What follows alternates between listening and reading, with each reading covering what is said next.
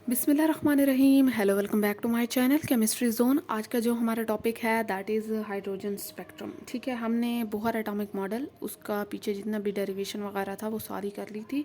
अब हमने स्पेक्ट्रम पढ़ने हैं। स्पेक्ट्रम हमने किस चीज़ की बेस पे पढ़ने हैं? हम जो बोहर मॉडल को डिस्कस कर रहे थे उसी के हमारे पास हाइड्रोजन स्पेक्ट्रम क्या दिया। हमने यहाँ हाइड्रोजन लिया ही इसलिए कि आपके पास जो बोहर मॉडल है उसे हाइड्रोजन स्पेक्ट्रम की बेस पे पीछे डिस्कस किया गया था। ठीक है, अब जो है देखें कि स्पेक्ट्रम क्या होता है। सिंपल में आपको मैं बता दूं कि स्पेक्ट्रम जो होता है जब आप कोई भी लाइट लेते हैं that is in the form of one colour, या हम कह सकते हैं कि वो वाइट लाइट होनी चाहिए।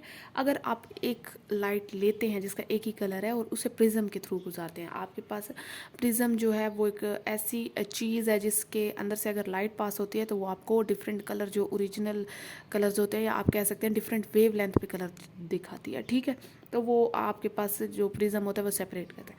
हमारे पास यहाँ भी कुछ ऐसा ही लिखा गया है। स्पेक्ट्रम जो होता है वो क्या होता है कि वाइट लाइट जो हमारे पास डिफरेंट कलर से मिली होती है लेकिन हमें वाइट नज़र आ रही होती है, हम उसे जब पास करते हैं प्रिज्म में तो वो सेपरेट करता है और उसे इन द विजिबल रेंज ले आता है, हम देख सकते हैं उसे। ठीक है, अगर लाइट जो है वो वाइट ना भी हो तब भी हमारे पास जो प्रिज्म से गुजारते हैं तब भी आपके पास जो है वो कलर देता है। फिर आ जाएं आगे, आपके पास थोड़ी से ये लेंथी हैं। लेंथी इस सेंस में है, नोट्स की सूरत में मैंने लेक्चर को बनाया हुआ है। ठीक है जी, तो वाइट लाइट जो होती है अगर आप उसे प्रिज्म के थ्रू पास करते हैं तो हम कहते हैं कि वो हमें जो डिफरेंट कलर दे रहा है वो स्पेक्ट्रम है। स्पेक्ट्रम जो है उसकी फॉर्म्स होती हैं कॉन्टीन्यूअस है हमारे पास। और फिर अगर मैं हाइड्रोजन गैस ले रही हूँ, ठीक है, और उससे मैं लेट सपोज प्रिज्म के थ्रू पास कर रही हूँ, मीन्स के जो हमारे पास हाइड्रोजन एटम होता है, जो मैंने आपको यहाँ भी ये चीज़ बताई है कि बाय हीटिंग गैस और with electricity we can get it to give off colours. आपके पास जब किसी चीज़ का कलर नहीं होता तो हम या उसे हीट कर लेते हैं या इलेक्ट्रिसिटी देते हैं तो वो थोड़ा बहुत कलर दिखाएगी। ठीक है ना, तो आपके पास जब हाइड्रोजन को लेते हैं, क्योंकि हम यहाँ हाइड्रोजन का डिस्कस कर रहे हैं, तो इसे जब प्रिज्म के थ्रू पास करते हैं तो आपके पास टू टाइप ऑफ स्पेक्ट्रम देता है, that is emission spectrum and adsorption spectrum. Spectrum basically बहुत सारे टाइप्स की हैं, मेनली जो हैं वो तीन टाइप्स के हैं, लेकिन हमने यहाँ पे जो डिस्कस किए हैं वो अकॉर्डिंग टू योर बुक, आपकी बुक में जो भी है वो किया। ठीक है, तो यहाँ पे आ जाएं। हमारे पास एटॉमिक स्पेक्ट्रम जो होता है इस फिंगरप्रिंट ऑफ एन एटम। अच्छा, ये एटॉमिक स्पेक्ट्रम इस लाइन को फिलहाल स्किप कर दें, आगे आपको जब एग्जांपल आएगी एटॉमिक स्पेक्ट्रम की तब आपको समझ आएगा। Each element give off its own characteristic colour and can be use to identify the atom. अब डिफरेंट हमारे पास जो एटम होते हैं वो अपने करेक्टरिस्टिक कलर देते हैं और इसी करेक्टरिस्टिक कलर या स्पेक्ट्रम की बेस पे हम आइडेंटिफाई कर लेते हैं कि ये हमारे पास कौन सा स्पेक्ट्रम है, इसका नेचर क्या है। ठीक है, आप आ जाएं, वहाँ पे मैंने थोड़ा सा आपको ब्रीफली बताया स्पेक्ट्रम का, फिर से देख लें। आपके पास जो स्पेक्ट्रम होती है वो कहते हैं कोई भी लाइट की रेडिएशन है, ठीक है, pass through prism it bends. अब वो कहते हैं कि मैंने कोई भी लाइट ली है, इसे मैं प्रिज्म जो होता है ये पास थ्रू करती हूँ तो ये बेंड हो जाती है। तो ये extent of bending depend upon the frequency या वेवलेंथ। हमारे पास जितनी ये लाइट बेंडिंग शो करेगी ये दो चीज़ों पे डिपेंड करेगी, एक है आपकी फ्रीक्वेंसी, ठीक है, और एक है आपकी वेवलेंथ। ये हमारे पास जो है वो इन्वर्सली है। ठीक है, अगर आपके पास फ्रीक्वेंसी जो है वो ज़्यादा होगी तो वेवलेंथ शॉर्ट होगी, अगर वेवलेंथ ज़्यादा होगी तो फ्रीक्वेंसी उसकी जो है वो शॉर्ट होगी। ठीक है, मीन्स के कम होगी। Of photon radiation of high frequency मतलब short wavelength bend to greater extent and vice versa. ये आपको ये बताया गया कि आपके पास अगर रेडिएशन है और उसकी फ्रीक्वेंसी बहुत ज़्यादा हाई है तो ऑटोमेटिकली आप ये कह सकते हैं कि उसकी वेवलेंथ शॉर्ट है और फोटॉन की, और वो हमारे पास ज़्यादा बेंडिंग शो करेगी। ठीक है, ordinary light, which is the collection of electromagnetic radiation when passed through prism, split up into radiation of different wavelength। वहीं कहते हैं कि आप कोई भी बल्ब ले लें, उसकी लाइट प्रिज्म के थ्रू पास कराएं, बल्ब की एक ही लाइट हमें नज़र आएगी। लेट सपोज मैं वाइट वाला ले लेती हूँ, वाइट लाइट वाला बल्ब, तो मेरे पास इससे पास कराएंगे, मुझे यहाँ तो एक ही नज़र आ रही है, जैसे ही प्रिज्म के अंदर से पास होगी मुझे डिफरेंट कलर नज़र आएंगे। उसमें रेड है, ऑरेंज है, येलो है, ग्रीन, ब्लू, इंडिगो और वायलेट। ठीक है, अब इनकी डिफरेंट वेवलेंथ भी आपको यहाँ पे नज़र आ रही है। फिर आ जाए दीज रेडिएशंस, हमारे पास जो होती हैं ये क्या है, radiations are arranged in the order of increasing और डिक्रीजिंग वेवलेंथ और फ्रीक्वेंसी। फ्रीक्वेंसीज, ठीक है। वो कहते हैं कि आपके पास ये जितनी भी रेडिएशन है ये इंक्रीजिंग या फिर हम कह सकते हैं इंक्रीजिंग फ्रीक्वेंसी या डिक्रीजिंग वेवलेंथ की सूरत में जो है वो शो की जाती हैं एक सीक्वेंस के साथ। The spectrum of radiation is called spectrum and instrument called spectrometer does the same job. अब ये जो स्पेक्ट्रोमीटर है ये भी आपके पास एक इंस्ट्रूमेंट है जो स्पेक्ट्रम को शो करता है, या आपके पास जो है ये डिफरेंट वेवलेंथ आपको शो करता है, ठीक है। यहाँ पे जो है हम अगर मैंने ये दिया है, अच्छा यहाँ पे अल्ट्रा यूवी के बाद जो है अल्ट्रा वायलेट के बाद आपके पास एक्सरेज आ रही हैं, यहाँ जगह नहीं थी मैंने नीचे लिख दिया, ठीक है। पहले आती है radio waves, microwave, infrared, visible, ultra violet, X rays और गामा रेज। तो आपके पास ये जितनी भी रेडिएशंस हैं यहाँ से आप अगर जाएंगे तो आपके पास जो है आप देख सकते हैं कि क्या चीज़ हो रही है आपके पास, यहाँ से इंक्रीज़ हो रही है फ्रीक्वेंसी, ठीक है, और इंक्रीज़ हो रही है वेवलेंथ और डिक्रीज़ हो रही है फ्रीक्वेंसी। तो आप ये देख सकते हैं different radiation falling in different region of wavelength and frequency having different names, ठीक है। आप ये जो चीज़ें हैं वो इनकी बेस पे निकाल सकते हैं कि अच्छा ये किस किस रेंज में आ रही है। ये तो हमारे पास विजिबल रेंज है, ठीक है। फिर आ जाए यहाँ पे देखें आपके पास है spectrum fall in the visible region of radiation which ranges from 400 nanometre to 750 nanometre of lambda. अब ये जितना भी विजिबल का है वो हमारे पास 400 से 750 तक है नैनोमीटर ऑफ वेवलेंथ में, लैम्डा वेवलेंथ के लिए यूज़ होता है। अब हमारे पास मैंने आपको थोड़ा बहुत स्पेक्ट्रम का बता दिया है, स्पेक्ट्रम हमें क्या चीज़ करके देता है, उसमें फ्रीक्वेंसी कैसे होती है, जिसकी फ्रीक्वेंसी लो है वो बेंडिंग ज़्यादा शो करेगा। हमारे पास जो है वो डिफरेंट टेबल आ जाता है जिसमें डिफरेंट किस्म की रेडिएशंस आ जाती है। क्योंकि मैंने यहाँ रेडिएशंस इसलिए शो किए हैं कि मैंने पहले स्टार्ट में कहा था कि आप किसी भी रेडिएशन को पास थ्रू करवाते हैं प्रिज्म के थ्रू, ठीक है। तो ये था थोड़ा सा आपके पास स्पेक्ट्रम के बारे में। अब ज़रा टाइप्स पे आ जाते हैं। एक होता है कॉन्टीन्यूअस स्पेक्ट्रम आपके पास, एक होता है लाइन स्पेक्ट्रम। अब लाइन स्पेक्ट्रम में मज़ीद इसकी टाइप है line absorption spectrum, line emission spectrum, एक यहाँ पे बैंड स्पेक्ट्रम भी है, लेकिन यहाँ पे मैंने इसलिए डिस्कस नहीं किया कि वो आपकी बुक में नहीं था। तो सिंपल में चीज़ों को लेके चलते हैं।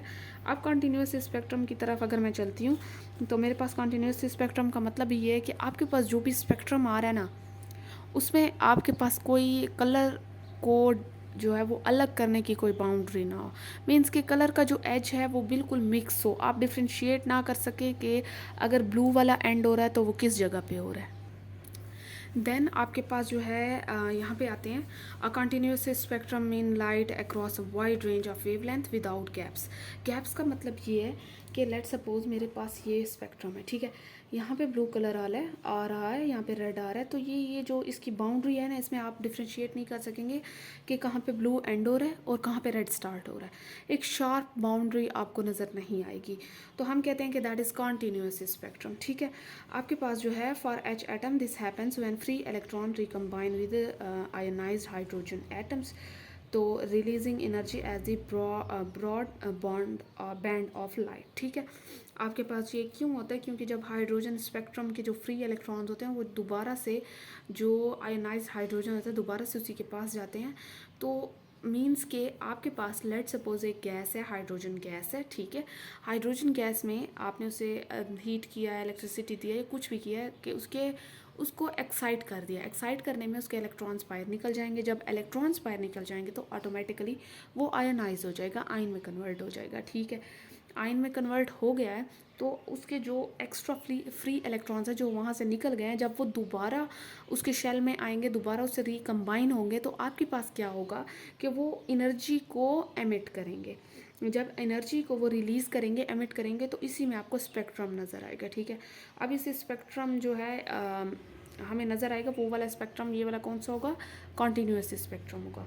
या आप ये भी कह सकते हैं कि continuous spectrum is one which has no clear boundary lines that can be seen between colours, they are partially overlap upon each other and hence radiation are not separated by any line।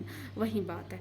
Example आप Rambo की ले सकते हैं या black body radiation का जो spectrum होता है उसका भी ले सकते हैं। रैम्बो सबसे बेस्ट एग्जाम्पल है। आपके पास रैम्बो ऐसा होता है कि यहाँ पे डिफरेंट कलर जो होते हैं वो शो हो रहे थे, उनकी कोई हमें बाउंड्री नज़र नहीं आ रही होती। हम ये नहीं कह सकते कि इसकी शार्प एज है यहाँ से ये वाला कलर स्टार्ट हो रहा है, ठीक है। मिक्स होते हैं, ओवरलैप होते हैं। how it is formed in hot gases or plasma like star hydrogen atom get ionized. ठीक है, क्यों आयनाइज होता है? क्योंकि एनर्जी और टेम्परेचर बहुत ज़्यादा होता है. Get stripped away when electron fall back they can land at any energy level producing a continuous instead of sharp आपके पास lines. This is called free bound और फ्री ट्रांजिशन. ठीक है, वही बात है. अब फिर आ जाते हैं लाइन स्पेक्ट्रम पे. अगर मैं लाइन स्पेक्ट्रम की बात करती हूँ, in this type of spectrum there is a clear cut boundary between the colour bonds bands sorry. अब वहाँ पे कॉन्टीन्यूस स्पेक्ट्रम था, यहाँ पे लाइन स्पेक्ट्रम है. लाइन स्पेक्ट्रम का मतलब ही यही है कि एक शार्प आपको बाउंड्री नज़र आएगी in the form of light, कि यहाँ पे sorry in the form of line. आपको यहाँ पे ये वाला कलर जो है वो एंड हो रहा है, यहाँ से ये वाला कलर जो है वो स्टार्ट हो रहा है. एक शार्प उसमें लाइंस आपको नज़र आएंगी. ठीक है, it is also called atomic spectra. मैंने यही कहा था कि आपके पास वो जो एटॉमिक स्पेक्ट्रा था, फिंगरप्रिंट जो होता है, इसे हम कहते हैं कि एटम का है, मीन्स के जो डेटा है मेन डेटा है. ठीक है, स्पेक्ट्रम जो है वो बहुत कुछ बताता है आपको एक एटम के बारे में. When an electron is vaporised on the flame और इन एन इलेक्ट्रिक आर्क और in an discharge tube it emit light of characteristic color by which it may be identified. When this light is passed through prism, a spectrum consisting of few bright lines separated by dark spaces is obtained. अब line spectrum में आपको मैं बता दूं क्या होता है कि एक स्पेक्ट्रम लिया जाता है, सारा पीछे जो बैकग्राउंड है वो ब्लैक है, इसमें एक शार्प लाइन जो है डिफरेंट कलर की यहाँ आ गई है, एक यहाँ आ गई है, एक इसके साथ आ गई है, एक यहाँ आ गई है. ये जो हमें शार्प लाइन इसमें नज़र आ रही है that is called line spectrum. बाकी जो ये वाला है एरिया, ये सारा पीछे वाला ब्लैक ही होगा. ठीक है, तो वो कहते हैं कि आपके पास चाहे आप कोई भी वो ले रहे हैं, एलिमेंट ले रहे हैं, उसे वेपराइज कर रहे हैं, फ्लेम उसे दे रहे हैं, मीन्स के हीट दे रहे हैं, उसे इलेक्ट्रिक करंट दे रहे हैं, उसे डिस्चार्ज ट्यूब में रखा हुआ है, तो आपके पास क्या होता है कि वो एक अपना करेक्टरिस्टिक कलर देता है. ठीक है, उस जो कलर वो लाइट देगा, जो हमारे पास लाइट प्रोड्यूस होती थी फ्लोरोसेंस, अगर इस लाइट को हम उठा के प्रिज्म के थ्रू पास करते हैं तो आपको लाइन स्पेक्ट्रम देगा. ठीक है, नज़र आएगा. अब लाइन स्पेक्ट्रम जो है वो शार्प होता है, स्पेसिफिक उसकी वेवलेंथ होती है. लेट सपोज मैं हाइड्रोजन ले रही हूँ, तो हाइड्रोजन की जिस भी वेवलेंथ पे उसका होता है लाइट प्रोड्यूस होती है, तो आपके पास क्या होगा कि वहीं जो है वो वहाँ पे लाइन या उसी वेवलेंथ में आपको एक लाइन नज़र आएगी. लेट सपोज में हाइड्रोजन जो लाइमन सीरी है इन यूवी या बाल्मर इन विजिबल है, occur in cool low pressure gas when electron jump between fixed energy levels. ठीक है, तो ये था. अब इसकी एग्जांपल में आप एटॉमिक स्पेक्ट्रम भी ले सकते हैं. अगर मैं इसकी एक्सप्लेनेशन की बात करूँ तो आपके पास मैं एक्सप्लेनेशन पे यहाँ पे आ जाती हूँ. यहाँ पे आपको नज़र आ रहा है ये जी, ये देखें, यहाँ पे देखें, वो कहते हैं कि different colour represent different wavelength. ऐसी बात है. एटॉमिक जो हमारे पास लाइन स्पेक्ट्रम है is obtain when a gaseous और वेपराइज्ड एलिमेंट इज हीटेड. आपके पास या गैशियस लेंगे या वेपराइज एलिमेंट को हीट करेंगे तो ही आपके पास लाइन स्पेक्ट्रम आएगा. यहाँ देखते हैं कि इसमें क्या होता है कि लेट सपोज मैंने एक एटम ले लिया है, मैंने क्या किया कि electron in atom get energy and excite. अब इससे मैंने एनर्जी दी है, इसका इलेक्ट्रॉन एक्साइट हुआ है, उसने इस वाले शेल से ऊपर वाले शेल में जंप कर दिया. ठीक है, अब क्या होगा, इसकी एक्साइटेशन हुई है, ये देखिए ये जंप कर दिया. अब हमारे पास जो है these on D excitation emit radiation of characteristic colour reflecting a particular wavelength. अब जब दोबारा से ये यहाँ से इस शेल में आएगा तो मेरे पास क्या होगा, एनर्जी एमिट होगी. ये जो एनर्जी एमिट होती है ये in the form of radiation होती है और इसका होता है स्पेसिफिक वेवलेंथ. ठीक है, अब इस स्पेसिफिक वेवलेंथ को हम जो है वो यूज़ कर सकते हैं कि इसका स्पेक्ट्रम क्या आएगा. लेट सपोज सोडियम, जिसे हम Na से रिप्रेजेंट करते हैं, part yellow colour to Bunsen flame indicating that it absorb and then emit. अब मैं अगर एक सोडियम लेती हूँ और उसे मैं बंसन फ्लेम पे जलाती हूँ तो मेरे पास वो येलो कलर देगा. येलो कलर ये इंडिकेट करता है कि आपके पास इसने पहले एनर्जी को एब्जॉर्ब किया है. ठीक है, फिर एमिट किया. अब येलो जो है वो कौन सी वेवलेंथ में आपके पास आ रहा है, लेट सपोज मैं कहती हूँ कि मेरे पास येलो इस वेवलेंथ में आ रहा है, तो आपका स्पेक्ट्रम भी कुछ चेंज होगा. ठीक है, यहाँ पे देखिए फिर आते हैं कि in the region of wavelength ranging from इतने टू इतना. सिमिलरली हमारे पास टॉर्शियम जो होता है वो रेड कलर देता है, पोटेशियम हमारे पास वायलेट कलर देता है. तो आपके पास रेड और वायलेट का, यहाँ पे रेड और ये वायलेट का लिखा हुआ है, तो हमारे पास ये लाइन स्पेक्ट्रम इसी रेंज में देगा. ठीक है, तो ये थी आपके पास सिंपल सी बात. तो यहाँ तक आपका लेक्चर था. इंशाल्लाह हम इसका डिफरेंस भी पढ़ेंगे, कॉन्टीन्यूस और लाइन स्पेक्ट्रम में डिफरेंस क्या है. आगे हम लाइन एमिशन स्पेक्ट्रम और लाइन एब्जॉर्प्शन स्पेक्ट्रम अगली वीडियो में पढ़ेंगे, क्योंकि ये वीडियो बहुत लंबी हो जाएगी। तो अगली वीडियो में मिलते हैं, अब तक के लिए इतना काफ़ी है। अल्लाह हाफिज़।